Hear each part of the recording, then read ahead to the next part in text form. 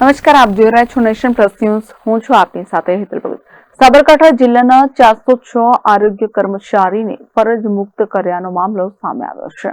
સાબરકાંઠા જિલ્લાના 406 આરોગ્ય કર્મચારીને ફરજ મુક્ત કર્યાનો મામલો સામે આવ્યો છે.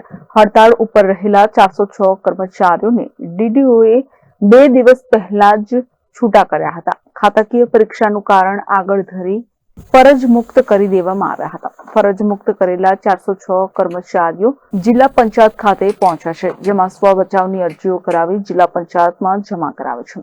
સાબરકાંઠા જિલ્લા કર્મચારી મંડળના પ્રમુખ આશિષ બ્રહ્મભટ્ટનું નિવેદન સામે આવ્યું છે. હજુ પણ હડતાળ યથાવત રહેશે.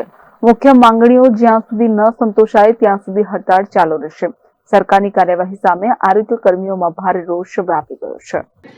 પહેલા તો મીડિયાનો ખૂબ ખૂબ આભાર. હવે આજ રોજ સાબરકાંઠા જિલ્લાના તમામ કર્મચારી જે 406 કર્મચારી ફરજ પરથી મુક્ત કરેલા છે એવા તમામ કર્મચારી સ્વ બચાવની અરજી આપવા માટે જિલ્લા કક્ષાએ તમામ માન્ય મુખ્ય જિલ્લા આરોગ્ય અધિકારી શ્રી અને માન્ય જિલ્લા વિકાસ અધિકારી શ્રીને એક કાગળ આપવા આવેલા છે.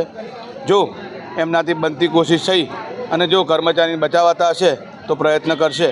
વધુમાં જણાવવાનું કે અમારી હડતાલ 17/3/2025થી ચાલુ જ છે અને અમારા 2 હક ન મળે ત્યાં સુધી હડતાલ ચાલુ જ રહેશે.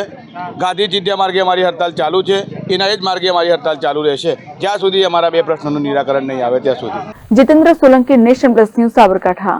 સમાચારોના સતત અપડેટ મેળવવા માટે અમારી નેશન પ્લસ ન્યૂઝની યુટ્યુબ ચેનલને સબસ્ક્રાઇબ કરો, બેલ આઇકન દબાવો અને જોડાયેલા રહો ફેસબુક, ઇન્સ્ટાગ્રામ અને ટ્વિટર પર.